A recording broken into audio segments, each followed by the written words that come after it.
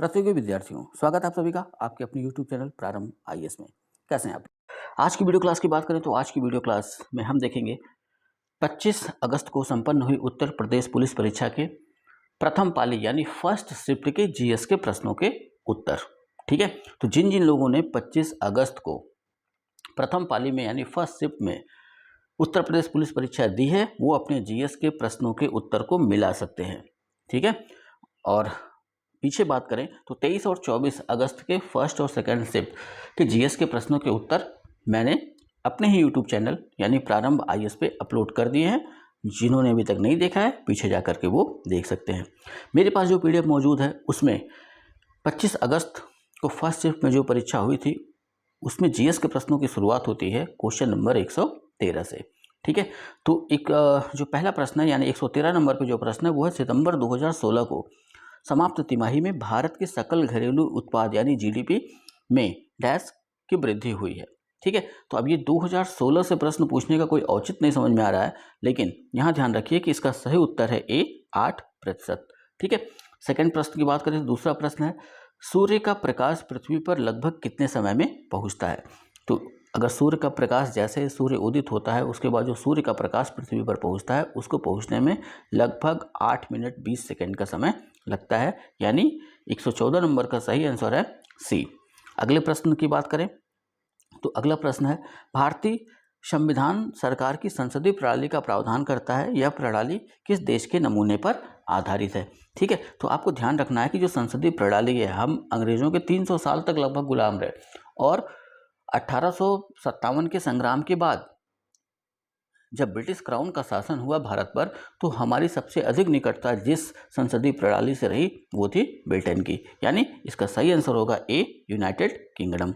ठीक है, नेक्स्ट प्रश्न की बात करें तो अगला प्रश्न है एमपीसी का पूर्ण रूप है। ठीक है, तो यहाँ पे ध्यान रखिएगा इकोनॉमिक्स का शब्द है एमपीसी, इसका जो फुल फॉर्म होता है वो होता है मॉनेटरी पॉलिसी कमेटी, यानी इसका सही उत्तर है डी। ठीक है, तो एक एक उत्तर आप अपना आसानी से मिला लीजिए और जो आयोग की आंसर की आएगी उसमें अब ज़्यादा अंतर इसमें से देखने को नहीं मिलेगा, हो सकता है कि एक दो प्रश्नों में अंतर आ जाए। नेक्स्ट प्रश्न है विनय पिटक पुस्तक किससे संबंधित है।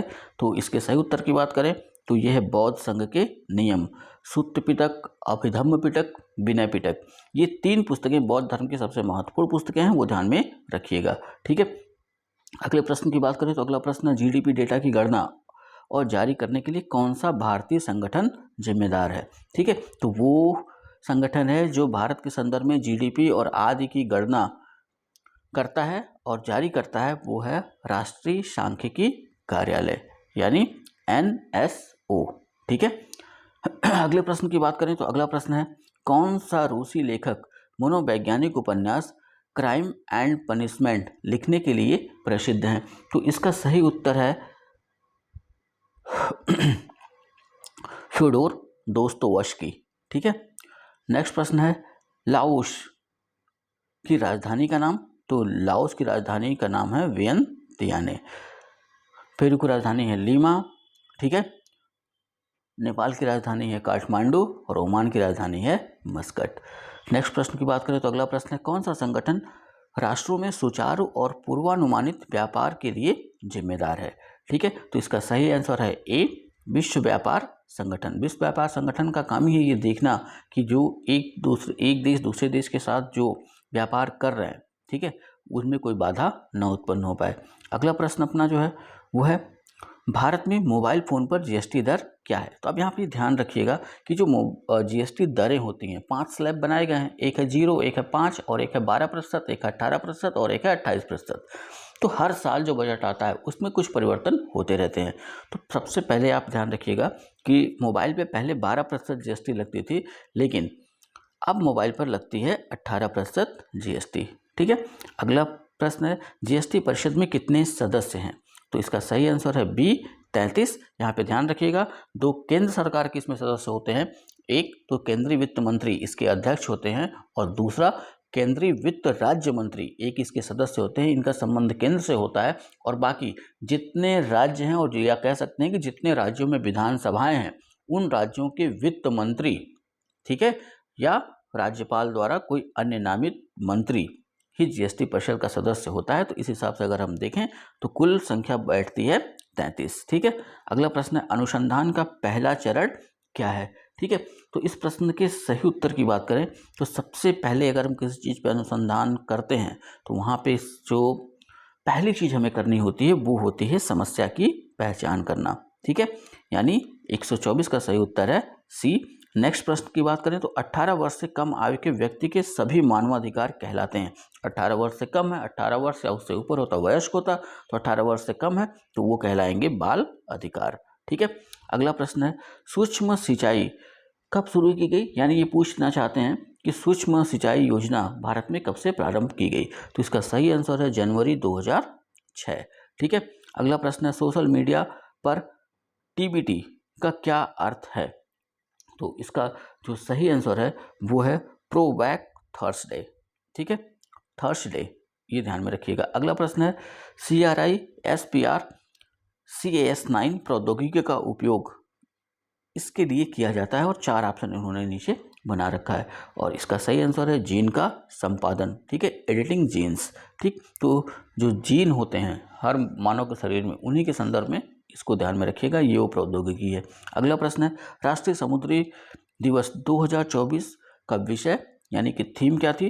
तो राष्ट्रीय समुद्री दिवस 2024 की जो थीम घोषित की गई थी वो घोषित की गई थी भविष्य को नेविगेट करना, सुरक्षा पहले। ठीक है, अभी ध्यान रखिएगा 5 अप्रैल, ठीक है, 5 अप्रैल को 2024 में राष्ट्रीय समुद्री दिवस मनाया गया था। ठीक है, और इसका जो मनाने का तरीका है वो विश्व के संदर्भ में अगर देखें तो सितंबर माह का आखिरी गुरुवार जो पड़ता है उस दिन हम विश्व समुद्री दिवस मनाते हैं। ठीक है, तो ये ध्यान में रखिएगा, यहाँ राष्ट्रीय पूछ चुका है तो जो उनका एग्जाम 23 और 31 को है वो ध्यान में रखेंगे कि सितंबर के लास्ट गुरुवार को यानी बृहस्पतिवार को विश्व समुद्री दिवस के रूप में मनाया जाता है। ठीक है, अगले प्रश्न की बात करें तो अगला प्रश्न है पूर्व परीक्षण पूर्व विचारण सम्मेलन का मुख्य लक्ष्य क्या है। ठीक है, तो इसके सही उत्तर की बात करें तो इसका सही उत्तर है बी, परीक्षण यानी विचारण की तैयारी और निपटान विकल्पों पर चर्चा करने के लिए। ठीक है, अगला प्रश्न है पहले इन्होंने कह सकते हैं कि खाली स्थान का सिंबल दिया है, फिर दिया सोशल मीडिया जैसे कि इलेक्ट्रॉनिक साधनों या तरीकों के उपयोग के माध्यम से डराने, धमकाने, उत्पीड़न करने, बदनाम करने या किसी अन्य प्रकार के मानसिक पतन का कार्य है।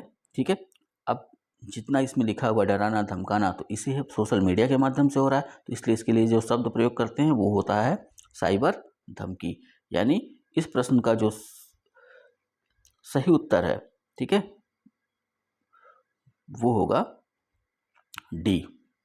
ठीक, साइबर धमकी। अगले प्रश्न की बात करें तो अगला प्रश्न है भविष्य की वैश्विक अर्थव्यवस्थाओं को आकार देने में आर्टिफिशियल इंटेलिजेंसी की क्या भूमिका है। आर्टिफिशियल इंटेलिजेंसी का मतलब कह सकते हैं कि वही टेक्नोलॉजी जो हम एक रोबोट में डालते हैं। ठीक है, यानी कि एक रोबोट एक इंसान की तरह काम कर रहा है, उसमें हमने प्रोग्राम फिट कर दिया है, वो उस तरीके से चल रहा है। ठीक है, तो इसके सही उत्तर की बात करें तो इसका सही उत्तर है यह नवाचार, उत्पादकता और आर्थिक विकास को प्रेरित करता है। ठीक है, यानी काम आसान कर देता है। अगला प्रश्न है भारत में महात्मा गांधी के नेतृत्व में सत्याग्रह का पहला सफल उदाहरण क्या था। तो अमूमन इस प्रश्न में ज़्यादा दिक्कत तो होनी नहीं चाहिए। चंपारण सत्याग्रह 1917 महात्मा गांधी का भारत में किया जाने वाला पहला सत्याग्रह था। ठीक है, और सफल भी रहा 3 गठिया पद्धति के खिलाफ। ठीक, अगला प्रश्न है भारत छोड़ो आंदोलन किसके जवाब में शुरू किया। भारत छोड़ो आंदोलन यानी 1942, बस इतना देखना होगा कि 1942 में कौन सा मिशन आया था। ठीक है, तो यहाँ पे जो आंसर होगा 134 का वो होगा ए, क्रिप्स मिशन। ठीक है, तो क्रिप्स मिशन के जवाब में ही भारत में भारत छोड़ो आंदोलन प्रारंभ किया गया था। भारतीय संविधान का कौन सा अनुच्छेद नए राज्यों के गठन और मौजूदा राज्यों के क्षेत्रों, सीमाओं या नामों में परिवर्तन का प्रावधान करता है। ठीक है, तो इसका सही आंसर होगा अनुच्छेद 3। अनुच्छेद 2 क्या कहता है। अनुच्छेद 2 क्या कहता है कि भारत संघ में नए राज्यों का प्रवेश। ठीक है, अनुच्छेद 4 इस बात की व्यवस्था करता है कि संविधान के भाग 1 यानी संघ में संघ राज्य क्षेत्र, ठीक है, भाग 1 में जो भी संशोधन किए जाएंगे वो संविधान संशोधन नहीं समझे जाएंगे। ठीक है। वहीं अनुच्छेद 1 क्या कहता है कि भारत अर्थात इंडिया राज्यों का एक संघ होगा। अगले प्रश्न की बात करें तो रबी की फसलें सर्दियों में अक्टूबर से दिसंबर तक बोई जाती हैं और गर्मियों में अप्रैल से। तो यहाँ पे ध्यान रखिएगा, अगर यहाँ पे ऑप्शन ऐसे होता अक्टूबर से नवंबर तक बोई जाती हैं और गर्मियों में अप्रैल से, तब हमारा आंसर होता मई, लेकिन यहाँ पे इन्होंने दिया हुआ है अक्टूबर से दिसंबर, इसलिए हम किस ऑप्शन पे जाएंगे, ए ऑप्शन जून। ठीक है। अगला प्रश्न है भारत में राष्ट्रीय सुरक्षा गार्ड का उद्देश्य क्या है। ठीक है, तो यानी एनएसजी के बारे में पूछ रहा है। तो इसका जो भारत के भीतर जो मुख्य कार्य है वो है आतंकवाद विरोधी और अपहरण विरोधी अभियान चलाना। ठीक है, इसको ध्यान में रखिएगा। अगले प्रश्न की बात करें तो अगला प्रश्न है निम्नलिखित में से कौन सा पदार्थ मुख्य रूप से अम्लीय वर्षा के लिए जिम्मेदार है। तो कई बार ये क्वेश्चन पूछा है, सल्फर डाइऑक्साइड अम्लीय वर्षा के लिए जिम्मेदार होती है, या कह सकते हैं कि अम्लीय वर्षा में सबसे अधिक जो अम्ल पाया जाता है वो होता है सल्फर डाइऑक्साइड। कौन सा देश पवन ऊर्जा का दुनिया में सबसे बड़ा उत्पादक है। तो इसका सही आंसर है चीन। चीन वर्तमान में पवन ऊर्जा का सबसे बड़ा उत्पादक है। भारत का स्थान पवन ऊर्जा के मामले में चौथा। ठीक है, भारत के उपराष्ट्रपति कौन है जून 2024 तक। तो एक प्रश्न आप ध्यान रखिए कि एक ट्रेडिशनल प्रश्न चल रहा, 3 ऐसे क्वेश्चन पूछे जा चुके हैं। ठीक है, तो यहाँ भी ध्यान रखिएगा कि आगे भी पूछे जाने की संभावना ऐसे पूछ सकता है कि भारत के प्रधानमंत्री कौन है जून 2024 तक। ठीक, तो उस संदर्भ में तैयार रहिएगा, हो सकता है 30 या 31 वालों को ऐसा प्रश्न देखने को मिले। तो इसका जो सही आंसर है 140 का वो है श्री जगदीप धनखड़। ठीक है, ये वर्तमान में भारत के उपराष्ट्रपति हैं। ठीक है, अगले प्रश्न की बात करें तो अगला प्रश्न है 2016 में हस्ताक्षरित भारत जापान नागरिक परमाणु समझौते का उद्देश्य। ठीक है, तो इसका भी आंसर होगा आपका डी, रासायनिक परमाणु ऊर्जा प्रौद्योगिकी हस्तांतरण और सुरक्षा मानकों में सहयोग। ठीक है, नेक्स्ट प्रश्न की तरफ बढ़ते हैं। अगला प्रश्न है किसी क्षेत्र के अंदर और बाहर लोगों की आवाजाही को कहा जाता है। यानी कि कोई, अब इसको ऐसे समझिए, कोई व्यक्ति है, जैसे मैं अयोध्या में रह रहा हूँ, किसी गांव से आया, अयोध्या में कुछ दिन रहा, फिर कुछ दिन बाद यहाँ से अयोध्या से वापस अपने गांव चला गया। और जैसे हम अपने गांव में देखते हैं या अपने गांव पे अगर हम दृष्टिपात करें तो हम क्या देखते हैं, कई ऐसे लोग हैं कि जब खेती का टाइम नहीं रहता है तो वो चले जाते हैं दिल्ली, बम्बई, सूरत, गुजरात के कई शहरों में, ठीक है, बेंगलुरु, और वहाँ पे कुछ दिन काम करते हैं, फिर वापस घर चले जाते हैं। तो इस संदर्भ में इसको ध्यान रखिए, इसे हम कहते हैं प्रवास। ठीक है, 142 का जो सही आंसर है वो है डी। अगले प्रश्न की बात करें तो अगला प्रश्न अलीगढ़ मुस्लिम विश्वविद्यालय AMU की स्थापना किस वर्ष की गई थी। तो यहाँ हो सकता है कि कुछ लोग यहाँ पे उलझे हों, यहाँ पे ध्यान रखिएगा, सीधा सीधा इन्होंने पूछ लिया है अलीगढ़ मुस्लिम विश्वविद्यालय की स्थापना।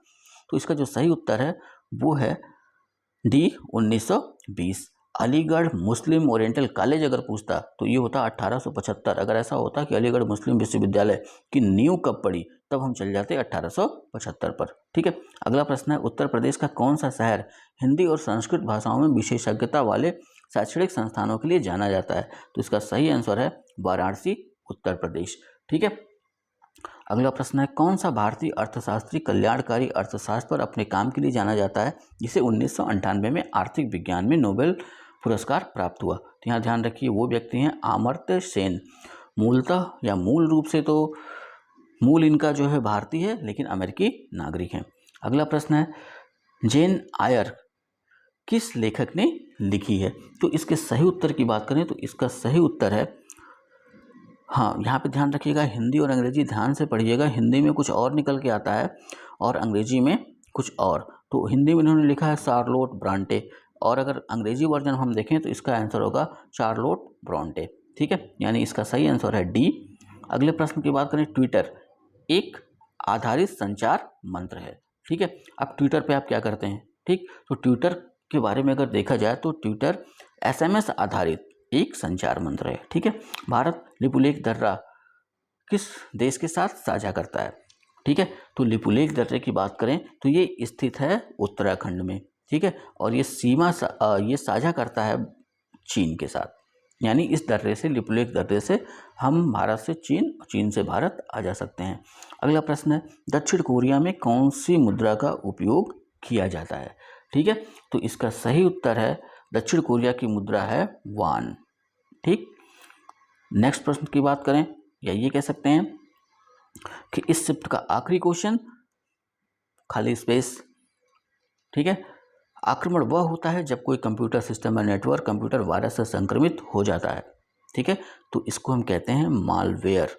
तो जो वायरस कंप्यूटर सिस्टम या मोबाइल सिस्टम पर अटैक करते हैं उन्हें एक नाम दिया गया मालवेयर। मालवेयर वह आक्रमण होता है जब कोई कंप्यूटर सिस्टम या नेटवर्क कंप्यूटर वायरस से संक्रमित हो जाता है। ठीक है, तो ये रही 25 अगस्त को संपन्न हुई उत्तर प्रदेश पुलिस परीक्षा के फर्स्ट शिफ्ट की जीएस के प्रश्नों की आंसर की। आप सभी अच्छे से इसको मिला लें। वीडियो अगर अच्छी लगी हो तो लाइक करिएगा, कमेंट करिएगा, वीडियो को शेयर करना ना भूलिएगा। ठीक है, और 25 अगस्त सेकंड शिफ्ट वाले तैयार रहें, जल्दी मैं उनका आंसर भी देता हूँ। ठीक है, इतना आप मिलाइए और 30-31 वाले अपनी तैयारी जारी रखिए। मिलते हैं नेक्स्ट वीडियो में, तब तक के लिए जय हिंद।